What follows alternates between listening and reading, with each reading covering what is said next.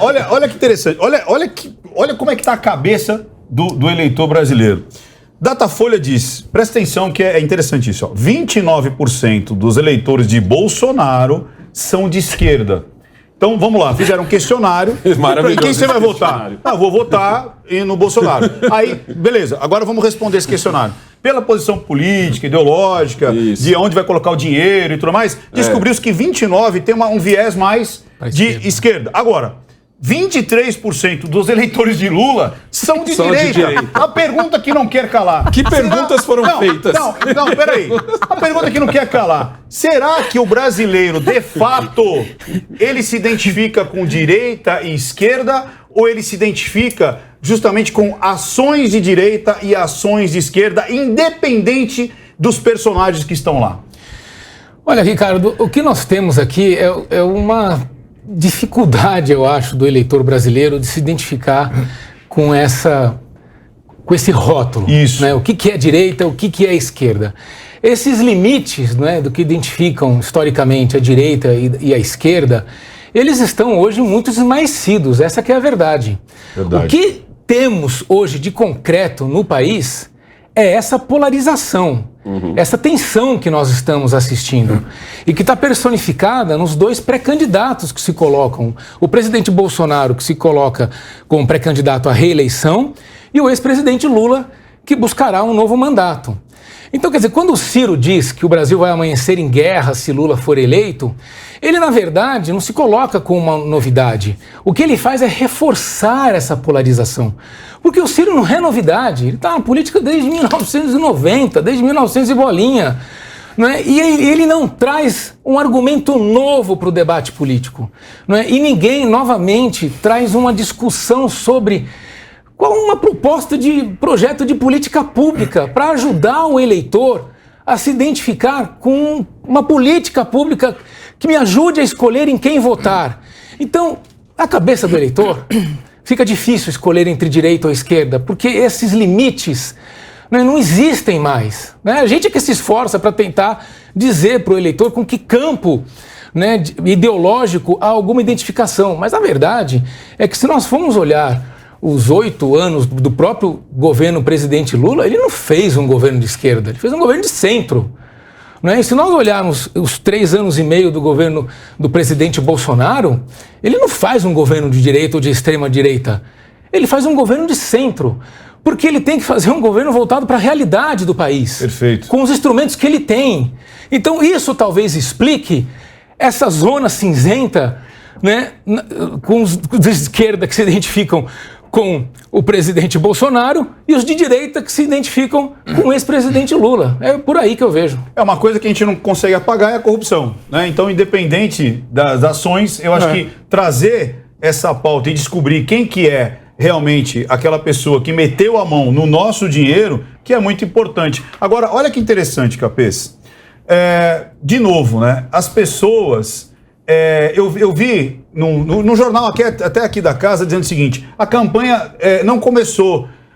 Antigamente as campanhas, olha que interessante como isso tá culminando nisso que nós trouxemos dessa provocação. As pessoas diziam assim: olha, minha pauta, olha, eu vou resolver o Brasil fazendo isso. Não, eu vou resolver. Nós já percebemos que não existe fórmula mágica, existe trabalho honesto. Simples assim. Você não tem uma pauta de direita, uma pauta de esquerda, você tem trabalho honesto. Se você seguir o trabalho honesto, o trabalho do centro, como disse o Guilherme, você vai resolver. A minha pergunta para você, Capês, eu quero que você traga a sua opinião para esse tema e, ao mesmo tempo, você consiga colocar aí, existia um partido ou um personagem de direita no Brasil nas eleições antes do Bolsonaro? Um candidato se identificava com a direita era o Paulo Maluf, por exemplo, nos anos 80. Era um candidato tido como um candidato de direita. Mário Covas, um candidato mais à esquerda. O PSDB é de direita? O PSDB foi se tornando um partido mais à direita a partir do governo Fernando Henrique Cardoso, quando ele constatou que pela economia, você querer ter um Estado supridor de todas as necessidades levaria o país a uma quebra. E a estabilidade econômica pressupunha um Estado menor, um Estado saindo, um Estado que não precisasse ser proprietário de empresas. Então esse é o primeiro ponto, é a minha opinião. Ou seja, o PSDB ele acabou guinando para a direita, muito mais por uma questão pragmática de constatação de que uma visão de esquerda vai quebrar o país por uma pura razão de que não há recursos suficientes num Estado que queira abranger todas as áreas e suprir todas as necessidades. Então foi a realidade. Essa é uma questão, é a realidade econômica, não uma questão ideológica. Agora eu quero responder em 3 pontos rápidos a sua questão. Primeiro, Vamos lá. não vai haver guerra nenhuma no dia seguinte. Concordo. Seja eleito Bolsonaro, seja eleito Lula, seja eleito alguém da terceira via. Não haverá golpe, nunca houve qualquer chance de golpe. Eu estou afirmando isso para vocês com absoluta certeza. É impossível. Golpe, guerra. O país com toda essa insegurança e essa instabilidade política não corre nenhum risco de uma tomada à força, porque as condições que existem hoje são completamente diferentes dos anos 60, em plena Guerra Fria, com as instituições muito mais fracas. Ponto 1. Então, não vai haver guerra. Segundo, essa pesquisa aqui da esquerda, aqui de direita ali, em primeiro lugar, uma pesquisa mal feita, as perguntas foram muito mal formuladas, feitas para causar confusão. E a gente também tem que entender que o Datafolha, o grupo que detém o Datafolha, tem claramente uma opção contra o presidente Bolsonaro. Então é óbvio que haverá sempre uma margem de tendência. Se você pegar outros institutos de pesquisa, por exemplo, dão dados completamente distintos do da Datafolha. Então nós precisamos receber isso com reservas, até porque todo mundo sabe, quando você está distante das eleições, você pode fazer pesquisas tendenciosas para influir e induzir a opinião pública, e você vai acertando essa pesquisa às margens à medida que vai se aproximando da eleição. Isso é fato. E terceiro ponto, que é o mais importante. Meus amigos, sabe o que vai decidir esta eleição? That's the economy. Eu lembro que o presidente George Bush... Traduz isso daí, amigão. É a economia.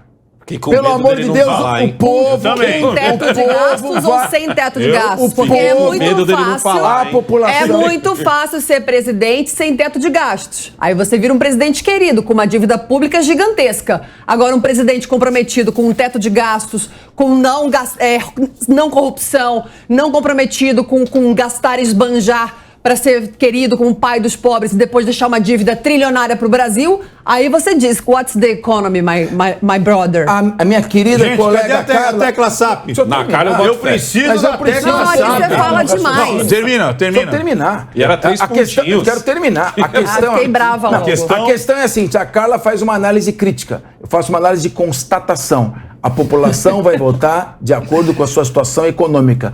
O povo não quer saber, não está preocupado com essas questúnculas. Não quer saber de dívida, né? E para nós A dívida são importantes. fica pro próximo Para governo. a população, interessa a sua estabilidade. Bom, a Argentina disse que nós É fácil fazer um governo populista. Bom, se é fácil É só ou jogar difícil, dinheiro, depois a dívida se é fácil fica pro ou difícil, próximo. eu não sei. Uma eleição se ganha com a economia. Foi assim que o Bill Clinton derrotou George Bush logo após a Guerra do Golfo. Agora, eu fiquei brava porque a gente está vivendo uma situação muito difícil no mundo inteiro. Até na Inglaterra a inflação é a maior dos últimos 40 anos. Você tá bem, querido? Você tá bem? Vamos dar uma Tá bem? pausa. É que o Capês foi tão eloquente que me emocionou. Você sabe que eu fui pra Versalhes e eu conheci o Rei Sol, que você citou o Rei Sol da última vez, né? Tá Semoá. Nossa, vocês são muito chiques, não Ah, é pra mim? Voltando ao Datafolha, Chegar pra Peruíbe e olha lá.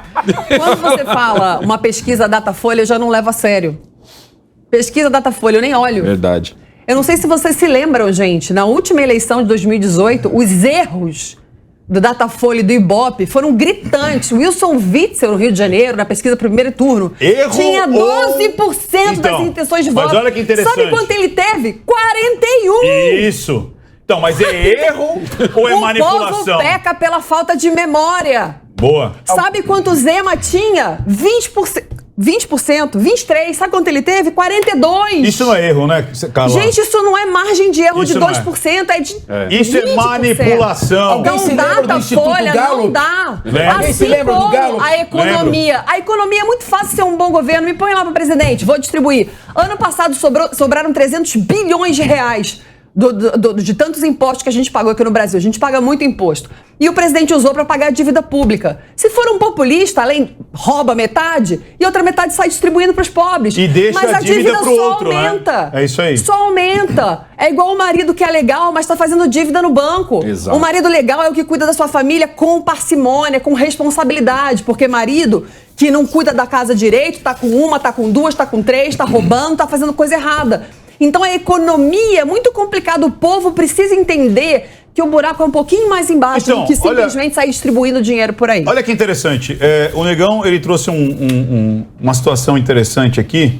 Eu quero perguntar para você, né? A Carla trouxe o pai que faz Eu dívida pirei, né? para deixar pirei, né? né, a família acusou de falar feliz demais, porque né? está conseguindo pagar lá Ainda colocou Netflix. outras mulheres pra esse pai ainda. Atacou. Diretamente. Cidadãos, por favor, linha de frente.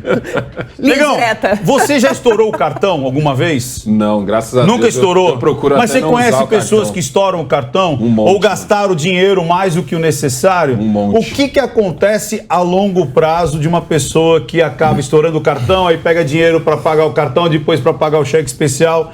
Qual que é o fim dessa pessoa?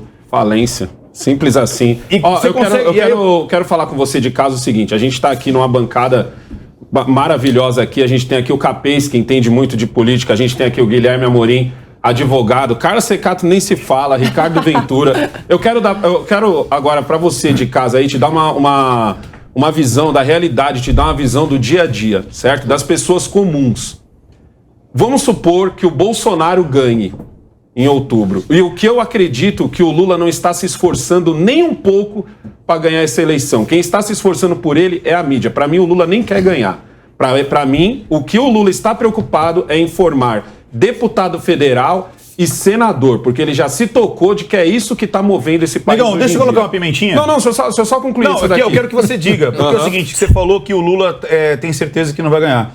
Eu já ouvi rumores até que eles só tiraram ele da prisão e colocaram ele para derreter o Bolsonaro para surgir a terceira via. Não, Como isso não esquece, surgiu a terceira esquece, via, Teorias, agora você falou, ele fica ali sem... Teorias. Tipo, e aí, Isso vou fazer esquece. o quê aqui? Tanto que Não, se você nada observa a base bolsonarista, ela não tem a mesma preocupação que o pessoal do PT tem. O pessoal, esse plano de governo do Lula, esse plano absurdo que ele colocou, se você parar para prestar atenção, os candidatos, os pré-candidatos, desculpa agora, do PT e dos partidos de esquerda, eles não vão por essa mesma linha, eles estão indo por outra linha. Vamos supor que o Lula ganhe. Vai ter uma guerra, como o Ciro Gomes falou? Eu concordo com o Capês, eu duvido. Não vai ter guerra nenhuma. O que vai acontecer é o seguinte, o que vai acontecer é que o Lula não vai conseguir governar, porque o povo vai estar na rua quase que dia sim, dia também. Entendeu? Então ele vai fazer provavelmente o que a Carla falou, vai explodir o teto de gastos, Ele já certo? falou, não fui eu que falei, foi ele que falou. Ele tá falando de peito aberto, tá no plano Foi de ele que governo. falou. Boa, tá no plano de governo. Ele falou que vai estourar o teto. Ele vai estourar o teto, não é que ele vai aumentar o teto, é bom vai deixar isso estourar, claro não vai pra ter você. limite pra gastar. Já era teto, entendeu? E ele não vai conseguir governar porque muito provavelmente os outros vão querer tirar ele vai sofrer talvez um impeachment, a não ser que ele comece a jorrar dinheiro pelo Brasil, entendeu? Só que no caso do Bolsonaro, ele ganhando, eu acho que ele também vai ter um problema, porque talvez ele não consiga levar uma base tão grande quanto ele levou da última vez, visto que todos os esforços estão concentrados no Bolsonaro. Eu quero Isso é uma coisa que eu vivo Negão, dizendo que é um Ó, erro. eu quero que